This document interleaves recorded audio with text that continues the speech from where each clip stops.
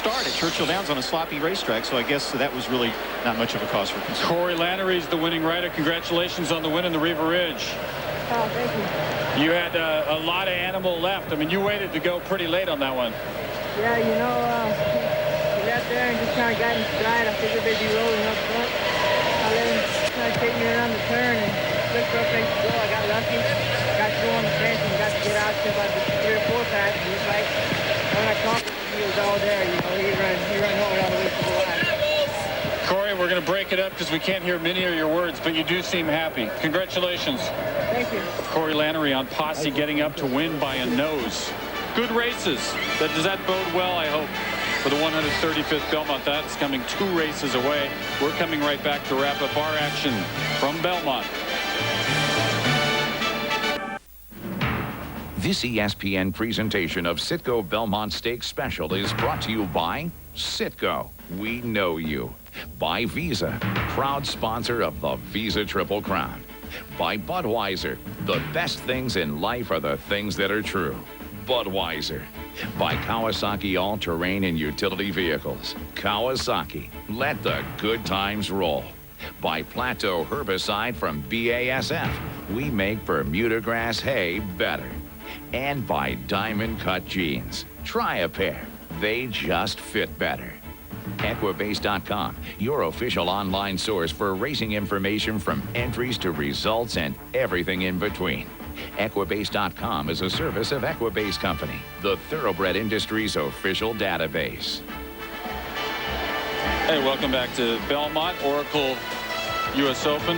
That's track and field. That's coming next when we're off the air on ESPN. Some networks show just track or just field, but we show track and field. We do it every time. That's coming on real soon on this very network. So Posse avenges the 1 loss this year. Posse had won everything this year except its loss. 1 loss, that is to Midas Eyes. This time turned the tables by the narrowest of margins.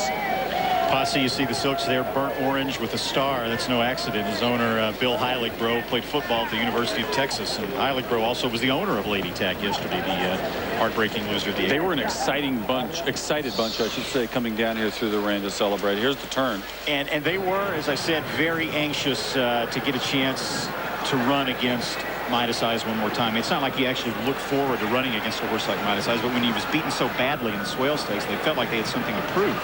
And boy, Posse sure ate up the ground there in the last 1/8 of a mile. That race in the Swale where Midas Eyes defeated Posse by so large a margin, that was the one race where Corey Lannery didn't ride Posse. As a matter of fact, Lannery is now 4 for 4 lifetime on Posse's back. And certainly Posse has thrown his hat into the ring as one of the top, if not the top right now, 3-year-old sprinters in the country. Out there in the 4 path, as Mike Leslie suggested to us earlier, the 4th spot. And again, refuting the notion that you cannot come from behind in a day like this. It's been proven already, both front and coming from behind winning. Posse paying $8.30 up front.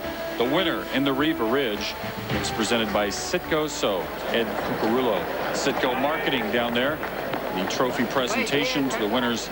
Connections here in the Riva Ridge, the 9th race on the card, our final race that we're going to show you this afternoon.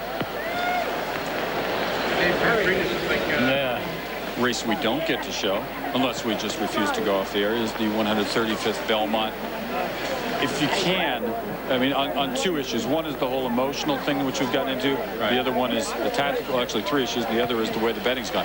Do you think it's right that there's that big a gap, first of all, between Funny Side and Empire Maker? It seems strange to me that the way that the crowd is looking at it. No, I don't think it's right at all. 135, 172. I don't think it's accurate.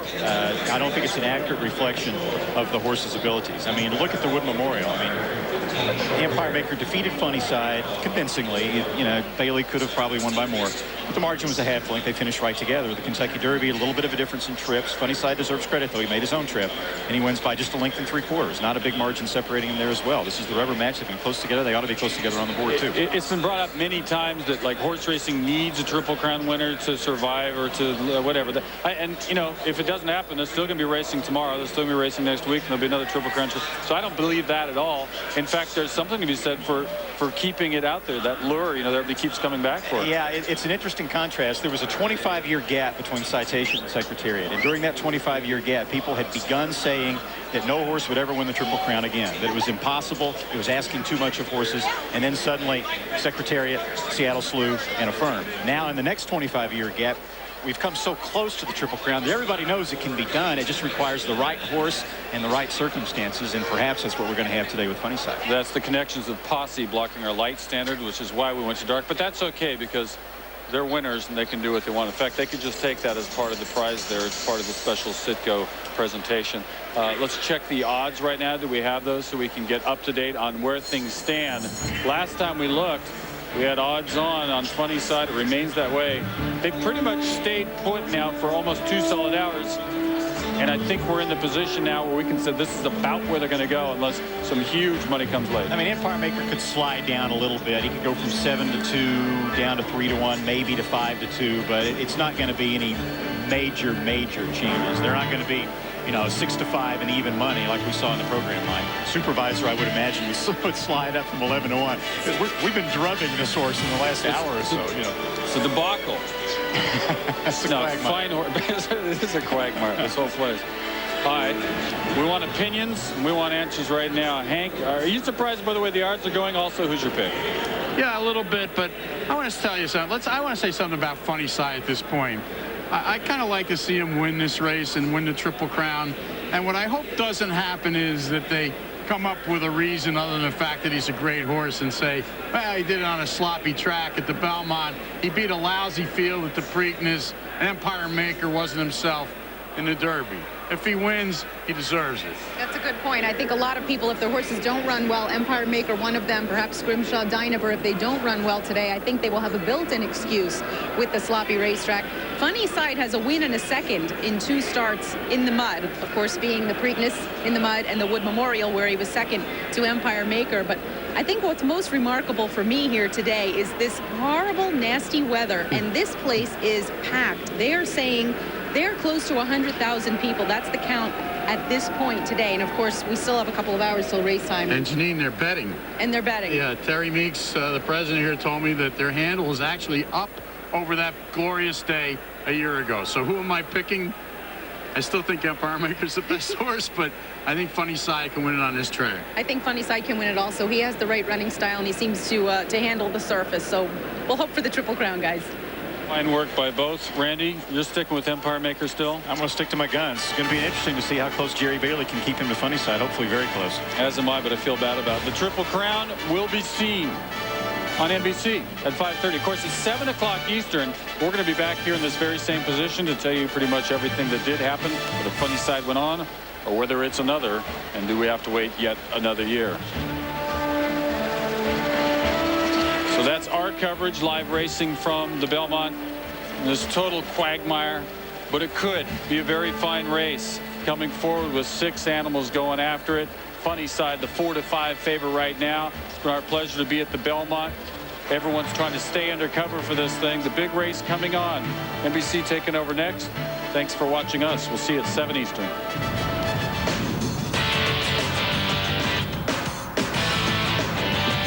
Funnyside has won the 129th Kentucky Derby.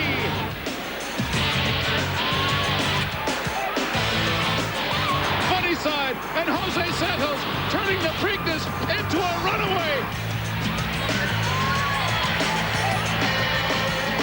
You're probably well aware that this has been a presentation of ESPN, the worldwide leader in sports. For further verification of that, go to ESPN.com.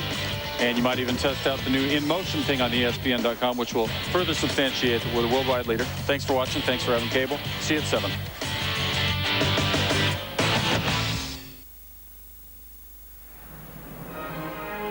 The weather is anything but glorious, but a run for glory awaits Funnyside at rain-soaked Belmont Park as the New York-bred gelding tries to become the first Triple Crown winner in a quarter of a century. Hi, everybody. I'm Bob Costas. First off, it is flat out miserable here, but still, we're grateful for small favors and wondering if about an hour from now, Funnyside can become the first since affirmed in 1978 to sweep the Derby, the Preakness, and the Belmont. Not that we haven't been here before. Since affirmed won his 3 memorable duels with Alydar 25 years ago, 8 horses have taken the first 2 legs of the Triple Crown, and all 8 have come up short in the Belmont, including War Emblem a year ago when he stumbled coming out of the gate and a 70-1 shot won the race. They call the Belmont the test of the champion. At 1.5 miles, it's by far the most grueling of the three. 30 years ago on this track, Secretariat didn't just pass the test, he aced it, winning by an astonishing 31 lengths. When you do that, you get more than sugar cubes and laurel wreaths.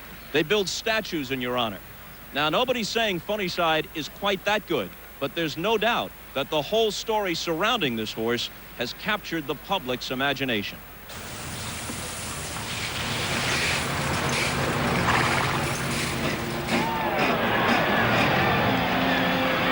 Since its beginnings, thoroughbred racing has been known as the sport of kings.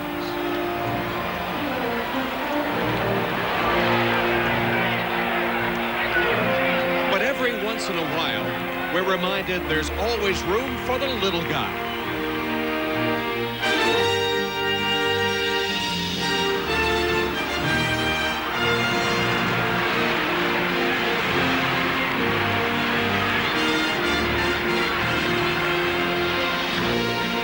It was an American dream come true for 6 lifelong friends. Regular guys with regular jobs who pooled their money to buy a horse they could enjoy together. Just small-town dreamers that now had a chance to become a part of racing history.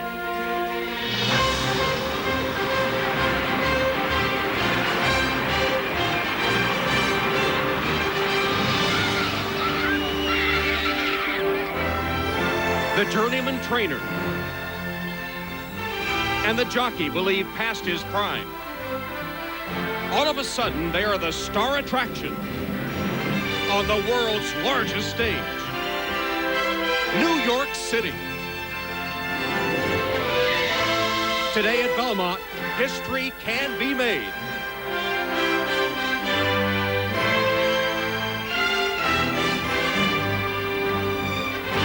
As the sport of kings looks desperately to crown a new hero. A hero that proves the underdog can still overcome.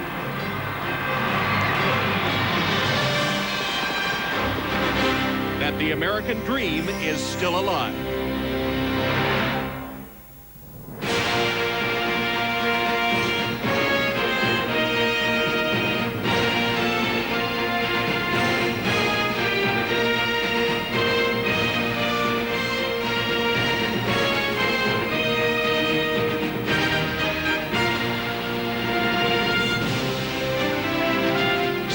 Belmont Park on New York's Long Island, where despite a steady rain, fans began pouring in earlier today, close to 100,000 of them, hoping for a chance to witness history and to cheer one of their own, a New York bred.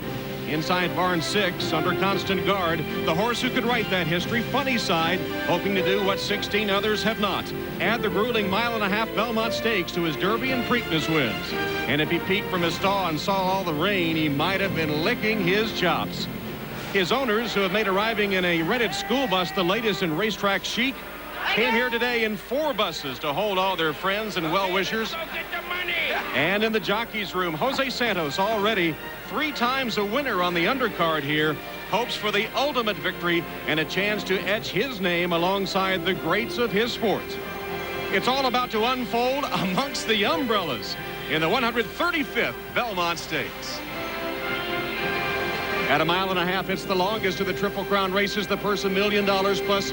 Visa puts up a $5 million bonus if Funnyside can win. We've had almost an inch of rain fall today, and the temperature's been dropping steadily too, now down into the 50s. The track is sloppy with standing water all around the 1.5 mile oval. Hello, everyone, and welcome to Belmont Park in one of the few dry spots here. I'm Tom Hammond, ready to bring you one of the most eagerly anticipated sporting events in a long time, the Test of Champions, the Belmont Stakes, as Funnyside goes for the Visa Triple Crown. Since the firm swept the Triple 25 years ago, 8 horses have come to the Belmont with a chance, but failed to win the crown. But Funnyside surprised us in the Derby, amazed us in the Preakness, and now has convinced us he's a real threat to join racing's most exclusive club. And yes, he has run well in the mud. Only 5 rivals will take the track against Funnyside, and here are the current odds. Empire Maker 7-2, Supervisor 10-1, 8-1 on Scrimshaw, Funny Side, the 4-5 favorite. Dynever 7-1, and 10 Most Wanted also at 7-1. And we're joined now by Charles C. Canty. And Charles C., all the racetrack buzz this week leading up to the race has been a workout in the mud on Tuesday by Funny Side.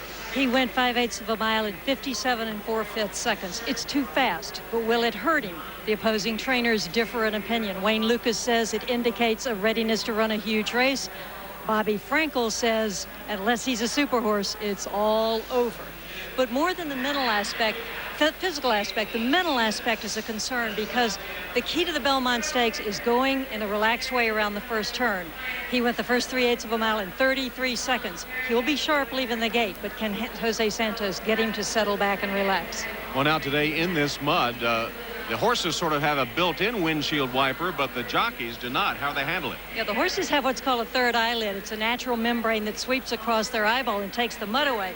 The jockeys will come equipped with about 5 or 6 pairs of goggles, and as they get covered in mud, they'll drop one after the other. You'll see their hand go up to their helmet, and they'll drop them down. They'll be hanging around their neck, but they'll be able to see. Well, you know, we talk about the Triple Crown has become one of the most difficult feats in all of sports. You only get one shot at it, but why so few Triple Crown winners? That's a question we pose to our handicappers, Mike Battaglia and Bob Newmeyer.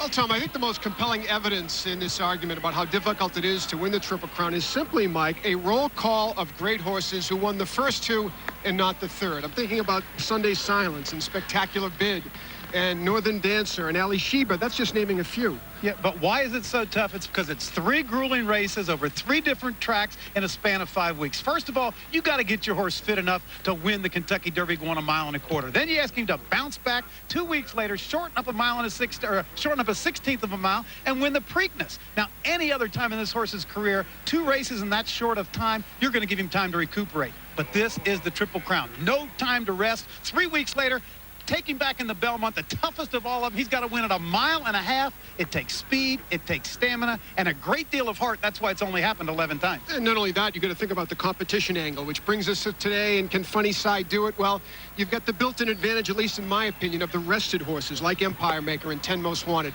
And you have the new shooter theory in Dynever. It all makes up a fascinating scenario here, and it was a little late for the fancy trench coats on Macy's on Manhattan, so we're going with the bag look today to bring you the stories behind the scenes here at the Belmont. Tom, back to you. You guys look very sharp. We spare no expense to keep you dry, as we can see. Well, you know, no one knows this track better and how it handles moisture than Tom Durkin, the voice of New York racing. Tom, what about the racetrack the horses will have to contend with today? Well, we've had 9 inches of rain in the last week and a half here at Belmont. An inch of that this day, starting at about 11 o'clock. But early this morning, before the track was open for racing, Jerry Porcelli, the track superintendent here, rolled the track. He packed down that top cushion and packed it down so the water would run off a little bit easier. Now, there's no real track bias today as far as front runners and closers are concerned. The last race run here, the Riva Ridge Stake, had a front runner, Midas Eyes, and a closer, Posse, and they finished this far apart. Posse won, for the record. But the real problem is the inside. The inside's a bad place to be here today because that's where the track is draining off to. There's literally puddles standing, especially on the turns here at Belmont. So you'll see the jockeys preferring to be in the 3 and 4 path today. That's a negative for Empire Maker, who breaks from the rail. All right, Tom, and as you follow along watching the Belmont coverage today, you might want to log on to NBCSports.com and make your pick. We'll have the Cyber Cappers up all afternoon, and they like Funny Side to win the Triple Crown. 74%. Empire Maker 14%, 4% for 10 Most Wanted. That's all at NBCSports.com. Well, the last time a sloppy track for the Belmont Stakes was 1986 when Danzig Connection won, and back in 82, just these same conditions, and the first of Woody Stevens' 5 Belmont Stakes wins in a row. Conquistador Cielo on the sloppy track, won by 14 lengths over the Derby winner Gatto del Sol. Lafitte Pincay aboard the winner in the colors of the late Henryk de Kwiatkowski.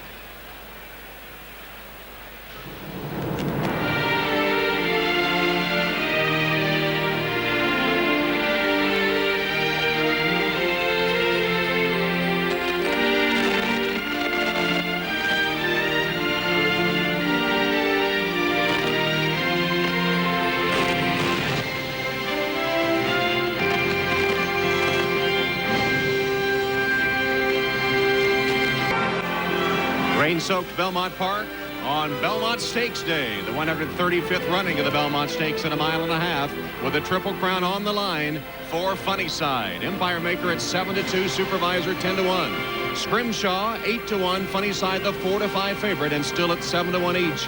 Dynevor and 10 Most Wanted. Well, the story of Funny Side has also been the story of his jockey, Jose Santos. He became front page news and a sympathetic figure when he was unjustly accused of cheating in the Derby. Now riding with new urgency, he seems ready to take a place for good in the highest echelon of American riders. His entire story is just like a roller coaster ride. It's like a perfect fairy tale. On June 7th, It just took so long for it to happen. this jockey Never did we expect this scale. But I always knew Jose would be back. will attempt to complete This is his moment. the illustrious Triple Crown. He could do it and show all the people who've ever doubted my father that he is for real. Ladies and gentlemen, Jose Santos. First pitch at Yankee Stadium is a distant dream from the humble town of Concepcion, Chile, where horse racing ruled the Santos family home. My father was a jockey. He was not a good jockey, but I can say he was the best teacher I ever had. He was a top man. I think 6th grade is when his father asked him, "Can you read?" And he goes, "Yes." And he's like, "Can you write?" And he goes, "Yes." And he goes, "Okay, well, you have to go to work now." A groom by age 8 and a jockey by 15, Santos worked to help his struggling family. But an offer to race in Colombia lured the young rider away from home at the tender age of 16. I was free. I don't have no father next to me to correct my mistake, and I turned myself loose, and I went and started drinking and learning how to take cocaine. So for 5 years I went like that, and I went to the wrong side of the road. January 3rd, 1984, I packed my suitcase and I came to America, just by myself. When I get off the plane, I put my right foot in the ground and I say, that's it, no more drug. And since then, I've been clean, working hard. My body was nice and fresh, and I started winning some races in America. Santos turns her loose. In this business, we call him a big race rider. Manila gets there, and a jubilant Jose Santos. Jose Santos, from 84 through 89, was not only a leading rider, he was a leading money-winning rider. And a big day for Jose Santos as he scores here. I would put him with as good a riders as I've ever seen. A masterful ride by a master, Jose Santos. I always say, what's gonna happen? You know, I keep winning and winning and winning, and the downfall came. Moving forward ahead of the stretch, and in a walk, there's a spill there. In a walk went down. The whole right side, I've broken 13 bones in my right side. A lot of people thought that that was the fall that just made him lose it. It's only natural when you get hurt. I've seen other riders do it. It takes them a while to get their confidence back. He was never, after this, considered a top rider. People were saying he lost his heart. It's a game of what have you done for me lately? And he hadn't done much at this time. Unable to reestablish the confidence of top trainers, Santos descended into a slump spanning the next decade. It was hard for me. I guess I couldn't really take my dad losing and everybody else winning. You know, why they don't give me another second chance? I mean, everybody deserves a second chance. He was still hungry. He still wanted to do it. He's got the attitude of an 18-year-old just beginning a career. And it's going to be a huge upset. 40-1 on the wire. Volpone scores in the Classic. The day Jose returned from the Breeders' Cup Classic, and I told him, I'm going to promise you we're going to win the Kentucky Derby, and that's it. I started laughing. I said, yeah, well, Funny Side, right? And the gutsy gelding Funny Side has won the 129th Kentucky Derby. Winning the Kentucky Derby, forget about it. Yes, I did it. I did it. I was so high, and I feel like I was giving high five to God. Breaking news out of Churchill Downs. This photograph, according to some, shows that the jockey, Jose Santos, was carrying more than a whip in his hand. About the whole thing, I was very embarrassed because, I mean, they want to ruin my career for a stupid picture. Nothing in his right hand in the Derby's final yards other than his whip. There was never a doubt in his mind, my mind, or anyone that knows Jose. I worried more for my children. This is my son's hero. Ready for the start of the 128th Preakness, and they're off. People asked why my brother was crying so much. It's okay, puppy. It's okay. He looked at my mother and said, Daddy has to win this to clear his name. And Funnyside comes roaring off the turn. When we get to the 3 April, I took a peek back. I say adios, amigo. Funnyside and Jose Santos turning the Preakness into a runaway. I did my usual routine, a kiss for God, a tooth for a victory, and my hand went open to show everybody I was clean. Sweet redemption for Jose Santos and his family.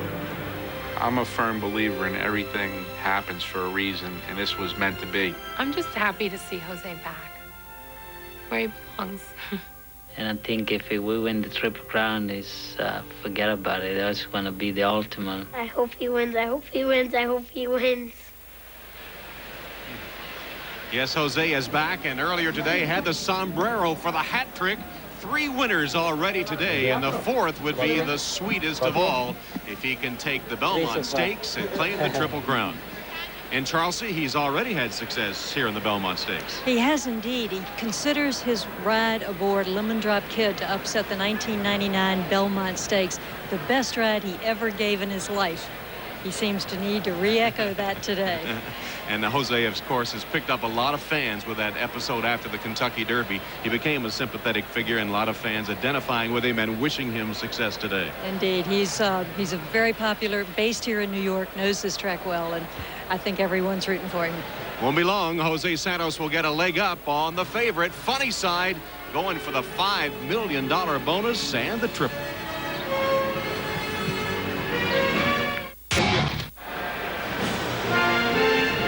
The most expensive race course in North America, Belmont Park, founded in 1905 and one of the centers of American racing for years. And today, host to the Belmont Stakes, where Empire Maker still 7-2 and Supervisor 10 and Scrimshaw 8.